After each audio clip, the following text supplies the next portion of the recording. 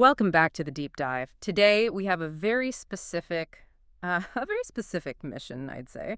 We are taking a stack of source material, specifically an excerpt from the book The Science of Meditation, focusing on Chapter 1, Awake Sleep. Right, along with that fascinating research from Dr. Edmund Jacobson and Dr. Elizabeth A. Stanley. Exactly. And our goal here is to basically strip away the thousands of years of mysticism. We are setting aside the philosophy, the incense, the religious dogma that usually surrounds the whole topic of meditation. We're just looking strictly at its core biological nature. Yes, strictly biology. But before we do that, I want you to think back to a time when you might have woken up in the middle of the night. Your eyes are darting around a dark room, your mind is completely alert, but your body just refuses to move. Oh, wow, yeah, like you are encased in solid cement. Exactly. If you have ever felt that physically paralyzed in your sleep, you know it is just a terrifying phenomenon. People completely panic. Throughout history, cultures have attributed it to demons or, the ghost pushing you down. Right. But what if that exact terrifying state of physical paralysis with a wide-awake mind is actually the ultimate goal of millions of people around the world? What if that is the exact biological state that meditation aims to achieve? It sounds wild when you phrase it like that. Okay, let's unpack this, because to understand meditation biologically, we really have to completely redefine what the practice actually is. We really do have to throw out the conventional definitions here.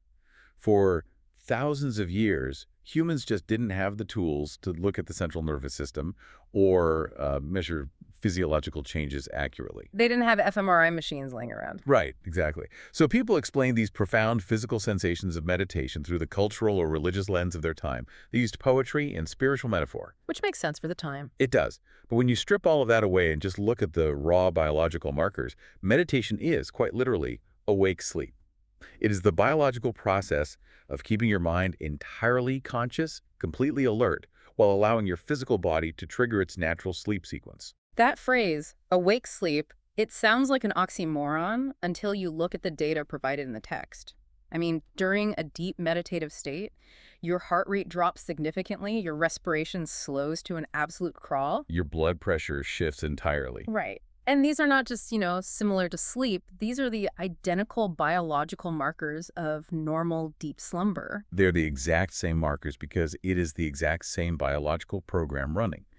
To really grasp how this works, we have to look at what happens to the human body every single night when you drift off into bed. Okay, lay it out for us. When you enter deep sleep, particularly REM sleep, where you dream, your body deploys this highly specific protective mechanism. It sends neural commands to paralyze the skeletal muscles. So it actively cuts the power to the muscles in your limbs so they just cannot function. A total safety override. Yeah. Because, think about it, if you are dreaming about fighting off an attacker or sprinting away from a falling tree, your brain is actually firing those specific action signals. Wow, yeah. So if your body wasn't paralyzed, you would physically act out your dreams. Exactly. You'd be thrashing around, jumping out of bed, maybe crashing through a window. Which actually explains why, in a dream, when you're trying to run away from something terrifying, you feel incredibly weak. Or like you're running waist deep in molasses. Yes.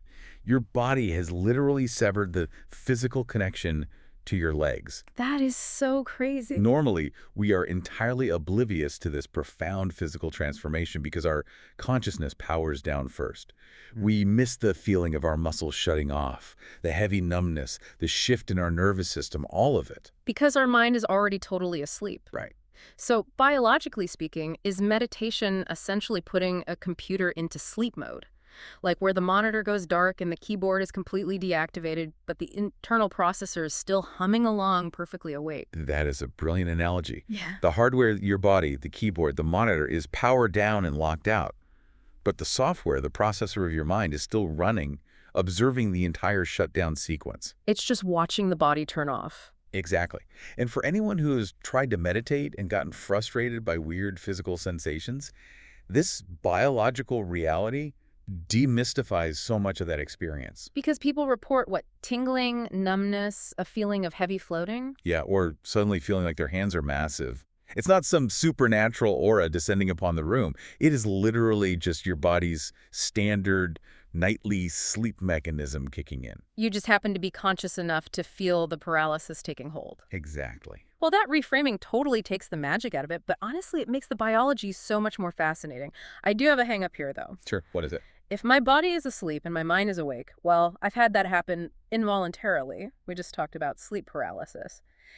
If meditation is the exact same biological state as that terrifying ghost pushing you down malfunction, how is meditation any different from a sleep disorder? That's a really important question. To map out the difference between a terrifying malfunction and a trained meditation practice, let's use a metaphor. Okay, I love a good metaphor. Think of your physical body as a house, and your mind, your consciousness, as the homeowner. There are 4 possible states of existence here.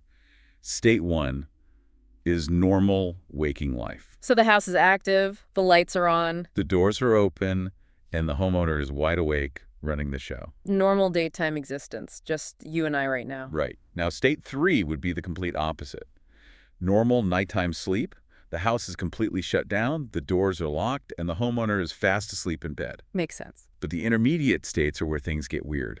State 4 is sleepwalking. The house is active, the doors are opening, the body is moving around the kitchen, but the homeowner is completely asleep. Nobody is at the wheel, just autopilot. Exactly. Yeah. Leaving state 2. The house completely shut down, locked up tight, but the homeowner is sitting in the living room wide awake. Okay, wow. So both sleep paralysis and meditation live right there in state 2. Yes. They occupy the exact same biological real estate. The difference lies entirely in intentionality and your direction of travel. Direction of travel. Yeah, so sleep paralysis is an accident. You're in normal sleep, state 3, Yeah. and your mind unexpectedly wakes up before the body's paralysis mechanism turns off. So you were basically trapped in a locked house. You didn't choose to go there, Yeah. and you don't know how to turn the lights back on. It causes sheer panic. But with meditation, you are walking into that state on purpose. Exactly. Meditation is the highly trained transition from state 1, normal waking life, straight into state 2. You are purposefully initiating the shutdown sequence of the house while keeping the homeowner awake. Oh, I see. Because you trained yourself to walk into that state, you possess the psychological control to observe it without panic, and you have the ability to easily walk back out to a synchronized waking state whenever you want. Knowing what the state is makes total sense. The real hurdle, I think, is how you actually trigger it. Because, I mean, if I just lay down flat on my mattress and try to keep my mind awake, my mind eventually loses focus and I just take a nap. Right. You just slide right into state 3. Good. Lying down is actually counterproductive for most beginners for that exact reason. Your brain associates lying flat on a mattress with full unconscious sleep. So the posture really does matter. The source material brings up an incredibly interesting point about modern technology here. It mentions how smartwatches detect sleep by monitoring wrist movement. Yes, the accelerometer. Right. So by forcing ourselves into a rigid posture like the lotus pose and staying perfectly still, are we basically just hacking our body's internal smartwatch? Like, we're tricking our biological motion sensors into thinking we're already asleep, so it triggers the paralysis command. That is the fundamental biological hack of the entire practice. Your body possesses built-in motion sensors, very similar to the accelerometer in a smartwatch. That's amazing. Your nervous system is constantly monitoring your physical state to decide if it is safe and appropriate to initiate the sleep sequence. If you are shifting your weight, scratching an itch on your nose, or swaying on the couch, those internal sensors tell the brain, hey, we are still actively moving. Do not cut the power to the limbs yet. Exactly. Do not power down. So stillness isn't a test of discipline. It's literally a biological prerequisite. Yes. This completely explains the specific postures we see in ancient traditions, like the full lotus pose. For a long time, Western observers assumed those poses were purely symbolic or cultural. Or just showing off flexibility. Right. But look at the lotus pose structurally. Your legs are crossed and physically locked together. It is a biological tripod. Providing maximum physical stability. As your muscles begin to profoundly relax and go limp, that locked tripod prevents you from slumping over. Because the moment you slump, you trigger a motion sensor. The brain realizes you are awake, and it instantly aborts the sleep sequence. The text even notes that if you lack the flexibility for a full lotus and you're just sitting in a loose, cross-legged position, you should wedge sponge blocks between your feet and legs to stabilize the structure. Which proves it's about engineering, not aesthetics. Right. The goal isn't to look like an enlightened yogi. The goal is to build a physical structure so stable that your body's internal accelerometer registers absolute zero movement for a sustained period of time. And when the body detects zero movement for long enough, it simply assumes you must have fallen asleep.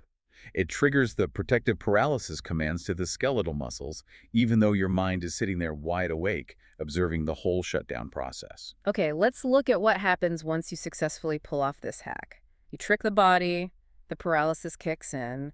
What does that actually feel like? Well, it's pretty profound. The source introduces the work of Dr. Edmund Jacobson, an American physician who studied muscle tension. He developed progressive muscle relaxation, or PMR. A very famous clinical technique, yeah. The technique is straightforward.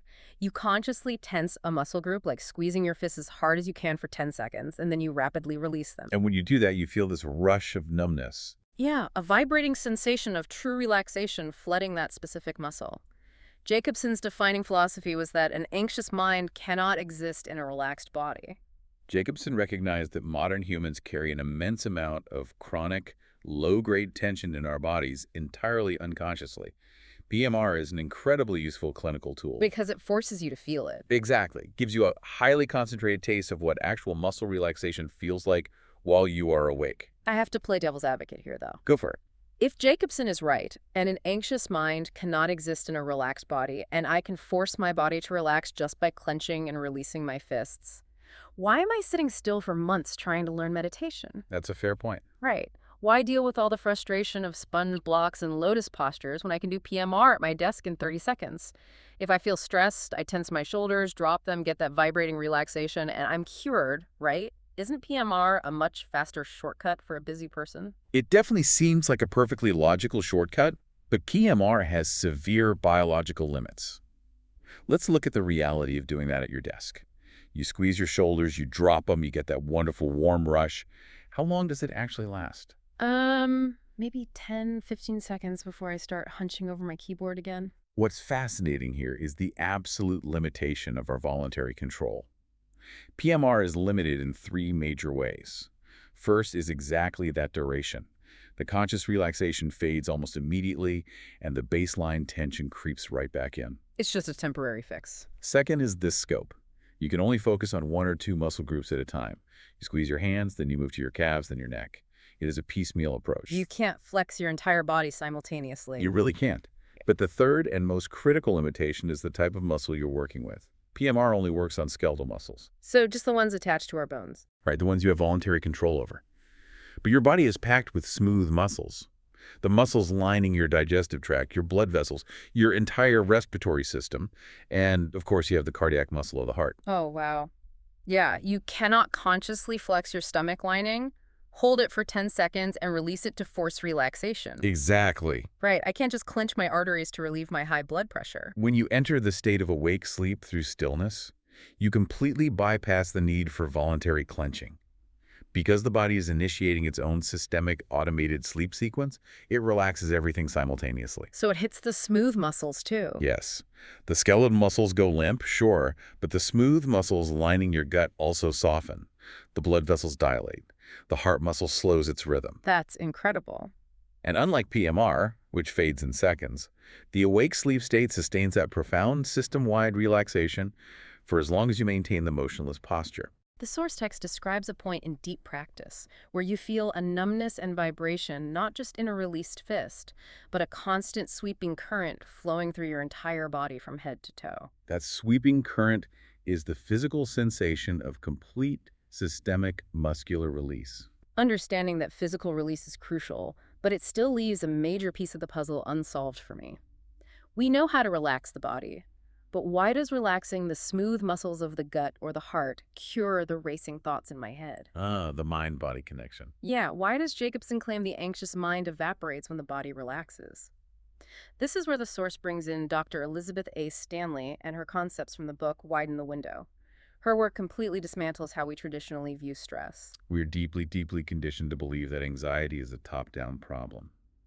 We think it starts in the brain, in our thoughts, and then makes our bodies feel bad. Like I worry about an email and then my stomach hurts. Exactly. But Dr. Stanley's research argues the exact opposite.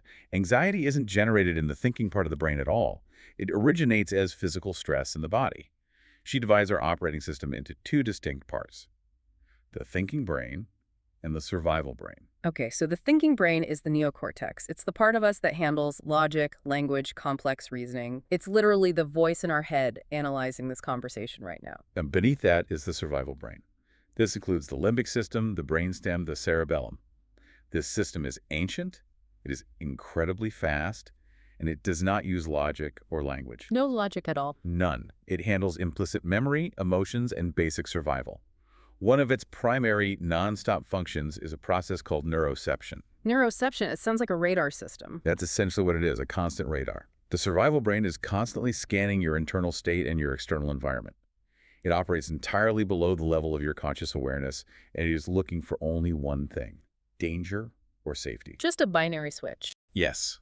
When neuroception detects danger, say a sudden loud noise, a hostile tone in a meeting, a terrifying email, the survival brain doesn't consult the thinking brain. It doesn't ask for logical permission to react. Not at all.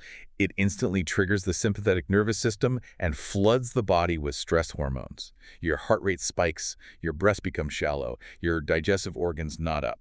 So the physical body reacts first.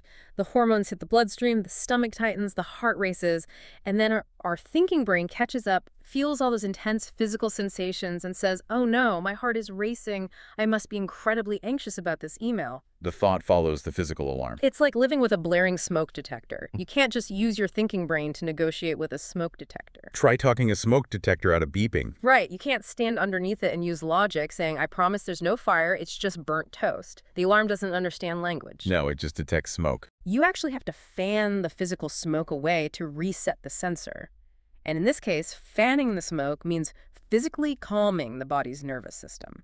Think about the last time you were overwhelmed by a panic attack or intense daily stress. You probably tried to logic your way out of it. You told yourself, everything is fine, you are overreacting, just calm down. And it never works. It almost never works. The panic persists. That's because the thinking brain has zero direct control over the survival brain. The survival brain only speaks the primitive language of physical sensation. So to turn off the alarm, you have to remove the smoke. You have to radically change the physiological state of the body. When you trip the body into deep awake sleep, when the heart rate plummets, respiration is barely noticeable, and every smooth and skeletal muscle is profoundly, systematically relaxed, the survival brain's neuroception scans the body and concludes, we are in a state of deep sleep. We must be completely safe. Exactly. It forcefully powers down the alarm. The mental anxiety vanishes because the physical fuel for it is simply gone. This maps so perfectly onto the ancient history of these practices. The source points out that 2,000 years ago in India, practitioners were achieving this exact biological reset. Long before modern science. Obviously, they didn't have fMRI machines. They didn't have terms like neuroception or sympathetic nervous system, but they developed strict practices where they would sit completely still, allow the body to enter that sleep state, and then observe the intense physical sensations of their body with complete equanimity. Equanimity meaning they observed whatever arose, a sharp pain in the knee, an itch, or a pleasant floating feeling, and they simply refused to judge it. They treated every sensation equally. They didn't attach the labels of good or bad. A pain was just a biological sensation. An itch was just a sensation. Completely neutral observation. So wait, is this ancient, revered concept of equanimity really just a biological trick to bypass the survival brain's radar? Like, by refusing to judge a sensation as bad or dangerous, are we just intentionally stopping the survival brain from hitting the panic button? If we connect this to the bigger picture of human evolution, they absolutely found a biological loophole. A loophole? They discovered through trial and error that the survival brain reacts violently to our mental judgments. If you are sitting perfectly still, you feel a sharp ache in your knee, and your thinking brain immediately panics and says, this is bad, I am damaging my joint, this is dangerous. Your survival brain hears danger and immediately triggers the stress response. Exactly. Your heart rate spikes, Yeah. you tense up, and the awake sleep state is completely broken. But if you observe that ache with equanimity, just acknowledging it as a neutral physical sensation without the label of danger, the survival brain stays completely calm. It doesn't flood the body with adrenaline. Right. They utilize this biological loophole to maintain a constant state of internal calm, which ultimately led to what they described as liberation from human misery. Looking at it strictly as biology, the contrast with our modern world is just staggering. We have infinitely higher IQs today. We possess a deep scientific understanding of the neocortex, the limbic system, neuroception. And yet, Yet our collective anxiety and misery certainly haven't decreased. The complexity of modern society, the constant pings, the emails, the endless news cycle, has sent our survival brains into permanent overdrive. it's exhausting just thinking about it. We seek out complex pharmaceutical or technological solutions to address this stress. But the most profound, deeply wired biological remedy has been written into our DNA for millennia. We continually look for complex interventions for modern anxiety, when the ultimate reset switch relies entirely on the biology of stillness. By simply sitting down, locking the body into a stable posture to trick the motion sensors, and entering that automated state of awake sleep, you allow the entire nervous system to physically reset. You access a depth of full body relaxation. Reaching the deepest smooth muscles of the heart, something that no amount of conscious stretching, massage, or verbal reasoning can ever achieve. You are literally powering down the physical hardware so the mental software can run without the constant blaring of survival alarms. We started this deep dive talking about the terror of sleep paralysis, that suffocating feeling of waking up completely unable to move, trapped in your own body. The ghost pushing you down. Right. But when we strip away the fear, the folklore, and the mysticism, we find that this exact mechanism, the body's natural, profound paralysis, is the key to turning off our modern internal alarms. It isn't a glitch in the matrix. It is a built-in biological reset button. Learning to press that button intentionally, to freely walk from the chaos of normal waking life directly into the profound biological stillness of that awake sleep state, is arguably the most vital physiological skill we can cultivate in a chronically stressed world. We've covered some truly fascinating ground today. We stripped away the philosophy to see that meditation is biologically just awake sleep. Hacked our internal smartwatches. Yes, by locking the body into a stable posture to bypass the limits of conscious muscle relaxation, calming the heart and the gut. And we've learned how that systemic physical stillness is the only language our survival brain understands to finally turn off the endless loop of modern anxiety. It really changes how you look at sitting still. It really does. But I want to leave you with a final thought to mull over. If our bodies are biologically wired to interpret absolute, complete physical stillness as the ultimate signal for safety, relaxation, and awake sleep, what does our modern daily lifestyle actually do to our nervous systems? Oh, that's a great question. Think about our constant agitated micro-movements. You are probably bouncing your leg under your desk right now. You are endlessly scrolling on your phone. You are pacing the room while on a conference call. Constant motion. Are these tiny, non-stop physical movements secretly tricking your body's internal motion sensors into believing you are constantly running from a threat? Is our simple modern inability to sit physically still the literal biological root of our chronic anxiety? Wow. Something to think about the next time you catch yourself fidgeting. Thank you for joining us on this deep dive. Take a moment today to just sit completely still. We'll catch you next time.